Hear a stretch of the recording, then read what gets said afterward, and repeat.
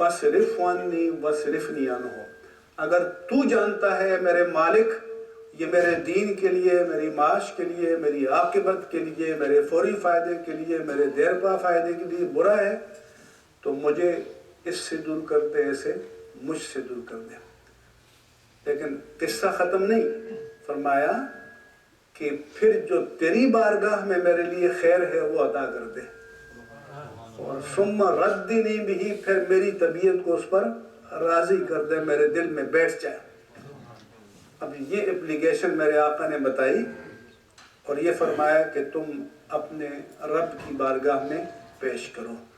اب بندہ مست ہو گیا ہے، وہ کہتا ہے $100 دیں گے اور وہ بابر ٹی وی پر بیٹھ کے کرے گا۔ تو اب میں آپ سے پوچھتا ہوں کہ وہ جو 100 بندوں سے پرچیاں لیتا ہے تو وہ رات بھر آپ کے لیے تڑپتا رہتا ہوگا، کسی پل چین نہیں آتا وہ اس کو۔ یعنی تم اپنے لیے، اپنے بیٹے کے لیے، اپنی بیٹی کے لیے ایک رات تڑپنے کے لیے تیار نہیں ہو اور وہ تمہارے لیے تڑپتا ہوگا۔ تو اے میرے پیارے بھائیوں، حضور کی تعلیم یہ ہے کہ اللہ پاک سے رشتہ قائم کرو، اللہ پاک سے انٹریکشن کرو، اللہ پاک سے التجا کرو۔ اور کرو کیسے؟ فرمایا کہ انا عند المنکسرۃ قلوبہم، مست ہو کر مت آنا، عاجز ہو کر، ٹوٹے ہوئے دل کے ساتھ عاجز بن کر آؤ۔ تو فرمایا کہ جو ٹوٹے ہوئے دل کے ساتھ اپلیکیشن دائر کرتا ہے، میں دور نہیں ہوتا، اس کے دل کے پاس ہی ہوتا ہوں، اس کی سنتا ہوں، اس کو جواب دیتا ہوں۔ یہ بہت سی ہماری بہنیں ٹیلی فون کرتے ہیں یہاں سے، ملک سے، ہم کہتے ہیں یہ پڑھ لو، تو چوتھے دن ان کا ٹیلی فون آتا ہے، جی وہ مفتی صاحب تو ہم نے پڑھا کچھ بھی نہیں ہوا۔ ہم کہتے ہیں تمہارا کچھ بھی نہیں ہوگا، کیونکہ حضور نے فرمایا نہیں ہوگا۔ حضور نے فرمایا کہ ان اللہ یقبل دعاء العبد ما لم یستحسر، کہ اللہ بندے کی دعا کو قبول فرماتا ہے بشرطے کہ تھک نہ جائے مانگتے مانگتے۔ عرض کیا کہ تھکنا کیا ہے؟ فرمایا کہ بندہ کہے کہ دعوت ودعوت ودعوت فانا یستجاب، میں مانگتا رہا مانگتا رہا مانگتا رہا، جواب ہی نہیں آ رہا۔ تو ارے ظالم بندے، یہ رب کا تھوڑا احسان ہے کہ اپنے در کا منگتا بنا دیا، اپنے در کا گداگر بنا دیا۔ یہ تو اس کا کرم ہے، یہ تو اس کا انعام ہے۔ تو اس مانگنے سے بھی تھک جاؤ تو بتاؤ اپنے رب سے مانگنے سے بڑھ کر کی بندگی کی معراج ہو سکتی ہے؟ اس لیے میں کہتا ہوں کہ آپ کے پاس کوئی مانگنے آتا ہے، ہمارے یہاں ادھر تو آپ کے دروازے کو نوک نہیں کر سکتا کوئی، ادھر پاکستان میں نوک کرتے ہیں، اندر سے پوچھتے ہیں کون، تو کہتے ہیں دے دے اللہ کے نام پر، وہ کہتا ہے بابا معاف کرو۔ 2 منٹ بعد پھر بیل بجتی ہے، وہ پوچھتا ہے کون، تو کہتا ہے دے دے اللہ کے نام پر، کہتا ہے بابا معاف کرو۔ 2 منٹ کے بعد پھر بیل بجتی ہے تو وہ آتا ہے، دروازہ کھولتا ہے، جھٹکتا ہے کہ کہہ جو دیا معاف کرو، بند کرتا ہے، لیکن پھر 2 منٹ کے بعد بیل بجتی ہے۔ اب جب اس کو یقین ہوتا ہے کہ یہ لیے بغیر میرے آستانے کو نہیں چھوڑے گا، تو آ کر 5-10 روپے اس کے ہاتھ میں دیتا ہے کہ جاؤ۔ تو میں کہتا ہوں کہ جتنا یقین کسی گداگر کو تمہاری عطا پر ہے، اتنا یقین تو بندے کو رب کی عطا پر ہونا چاہیے۔ تو اگر اس یقین کے ساتھ کوئی اللہ سے مانگے تو کوئی اپلیکیشن ریجیکٹ نہیں ہوتی، اور دینے والا وہی رب تبارک و تعالی ہے۔ لیکن بندوں کے معاملات یہ ہیں کہ ہم نے یہ سمجھا کہ اللہ پاک بس ریٹائر ہو گیا، اب باقی کام سارا عاملوں نے کرنا ہے۔ تو ان عاملوں سے، فراڈیوں سے، جو چاہے ٹی وی پر آ کر بیٹھیں، کہیں پر آ کر بیٹھیں، ان سے اپنا دامن بچاؤ اور رب ذوالجلال کی ذات کے ساتھ اپنا تعلق، اپنی نسبت قائم کرو۔ ایک اور مسئلہ جو یہاں اب سب کو درپیش ہے، کیونکہ اللہ پاک کا آپ پر انعام ہے، حالات اچھے ہو گئے، نعمتیں مل گئیں، آسائشیں مل گئیں، راحتیں مل گئیں، لیکن اب خطرہ ایمان کا ہے، خطرہ اولاد کا ہے کہ ان کا فیوچر کیا ہوگا، ان کے ایمان کی حفاظت، ان کے عقیدے کی حفاظت، ان کے اخلاق کی حفاظت، ان کے کردار کی حفاظت کیسے ہوگی۔ اور اگر کسی کی معراج یہی ہے کہ دنیا مل جائے، باقی چلنے دو جو چلتا ہے، تو اگر کوئی دنیا کماتا ہے دی کاسٹ آف دین، تو پھر یہ بڑے خسارے کا سودا ہے، بڑا گھاٹے کا سودا ہے۔ دنیا کماؤ مگر دین کو بچا کر کماؤ، دین کی حفاظت کرو، اپنی اولاد کی، اپنے بچوں کی۔ اولاد باغی ہو جاتی ہے، اولاد بات نہیں مانتی، تو وجہ یہ ہے کہ ہم کمانے پہ لگ جاتے ہیں لیکن اولاد کی تربیت نہیں کرتے۔ تو اولاد کی تربیت کرنی چاہیے، اولاد کو تربیت کے لیے ٹائم دینا چاہیے، اولاد کو دین کی باتیں بنانی چاہیے، اور جس نبی کا ہم آج میلاد منا رہے ہیں، اولاد کو اس نبی کے بارے میں بتانا چاہیے۔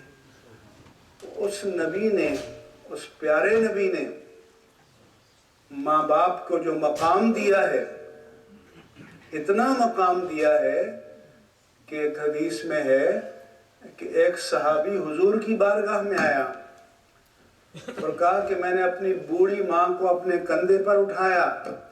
اس زمانے میں شدید گرمی، پاؤں میں کنکریاں چبھیں، برا حال، تو کہا کہ میں نے اپنی ماں کو کندھے پہ اٹھا کر طواف کرایا، سعی کرائی، منا لے گیا، عرفات لے گیا، حج کرا دیا۔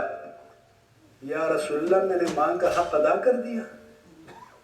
حضور نے فرمایا کہ تمہاری پیدائش کے وقت تمہاری ماں کو جو درد ذہ کا ایک جھٹکا لگا تھا، تم نے تو اس کا حق بھی ادا نہیں کیا۔ تو یہ اللہ کے رسول ہیں جنہوں نے یہ ماں کا مقام اور یہ ماں کا درجہ ادا کیا۔ اللہ کی نے ماں کو وہ اور ماں باپ کو وہ درجہ عطا کیا کہ فرماتا ہے کہ اللہ کے ساتھ کسی کو شریک نہ ٹھہراؤ اور ماں باپ کے ساتھ نیکی کرو۔ اپنی ذات کا ذکر فرماتا ہے اور پھر ماں باپ کا ذکر فرماتا ہے۔ فرماتا ہے کہ رضا الرب فی رضا الوالدین و سخط الرب فی سخط الوالدین۔ اور یہ یاد رکھنا کہ دعا فرمائی کہ رب ارحمہما کما ربیانی صغیرا۔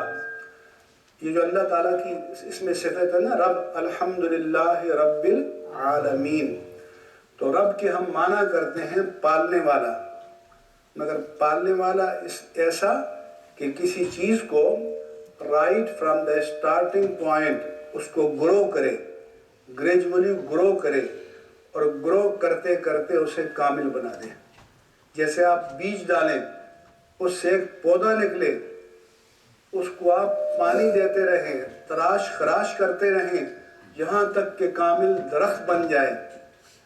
تو اس کے معنی ہوتے ہیں ربوبیت۔ تو فرمایا کہ اے ہمارے پروردگار، تو میرے ماں باپ پر رحم فرما، کما ربیانی صغیرا، جس طرح انہوں نے بچپن میں مشقتیں اٹھا کر، تکلیف اٹھا کر، دکھ اٹھا کر میری تربیت کی۔ تو یاد رکھنا کہ ربوبیت اس کی بھی صفت اور ربوبیت ماں باپ کی بھی صفت ہے، کیونکہ رب حقیقی وہ ہے اور اس دنیا میں رب مجازی والدین ہیں۔ سبب جو بنتے ہیں والدین ہیں، تو جو والدین کی ربوبیت جس کو اس نے زندگی کے پل پل دیکھا ہے، پل پل برتا ہے، جو اس کو نہیں مانے گا تو اس رب حقیقی کی ربوبیت کو کیسے مانے گا؟ یہ تو نظر آتی ہے، وہ تو نظر نہیں آتی، اس کو تو تم نے برتا ہے۔ تو اس لیے ہمارے جو نوعمر لوگ ہیں، یوتھ ہیں، ان سے گزارش ہے کہ اپنے ماں باپ کی اطاعت، ماں باپ کا ادب، ماں باپ کی خدمت یہ کریں تو اللہ پاک سب دین اور دنیا کی نعمتیں عطا کرے گا۔ ماں باپ کو ناراض نہ کریں۔ اللہ فرماتا ہے کہ جس نے ماں باپ کو ناراض کیا اس نے مجھ کو ناراض کیا۔ ایک صحابی کے انتقال کا وقت آیا تو اس کو کہتے ہیں سکرات، سانس نہیں نکل رہی تھی۔ لوگوں نے بلایا یا رسول اللہ آپ آئیے، آپ آئے، آپ نے پوچھا اس کی ماں ہے؟ انہوں نے کہا ہے۔ فرمایا بلاؤ، اس کو بلا کے لائے، پوچھا تم میں سے راضی ہو یا ناراض؟ ماں نے کہا ناراض ہوں۔ حضور نے فرمایا کہ معاف کر دو گی؟ کہتی نہیں کروں۔ حضور نے فرمایا کہ پھر لکڑیاں لاؤ، آگ جلاؤ، تو تم چاہتی ہو اس کے اس میں ڈالیں؟ کہتے نہیں ڈالے، میں معاف کرتی ہوں۔ تو ماں نے حضور کے کہنے پر معاف کیا۔ اللہ پاک نے اپنے نبی کے صدقے میں اس کی زبان پر کلمہ جاری کر دیا۔ تو یہ یاد رکھنا کہ، اور یہ کسی ایرے غیرے کی بات نہیں ہے، حضور کے صحابی، تو اس لیے تمام ہمارے مسلمانوں کے بچوں کو چاہیے کہ دین کی تعلیم، اخلاقیات کی تعلیم، سنت رسول کی تعلیم، قرآن کی تعلیم، اس کا انتظام ہونا چاہیے گھروں میں بھی، اور اس کا انتظام ہونا چاہیے ہماری مساجد میں، سینٹرز میں، مدارس میں۔ اور مجھے خوشی ہے کہ یہاں یہ انتظام ہے، اور ماشاءاللہ آپ کے جو امام و خطیب ہیں کوالیفائڈ ہیں، اور یہاں کے ماحول میں خود بھی پلے بڑے ہیں، اور یہ ان بچوں کو پڑھا بھی سکتے ہیں، لیکن یہ ماں باپ کی ذمہ داری ہے کہ بچوں کو لے کر یہاں پر آئیں اور تعلیم دیں۔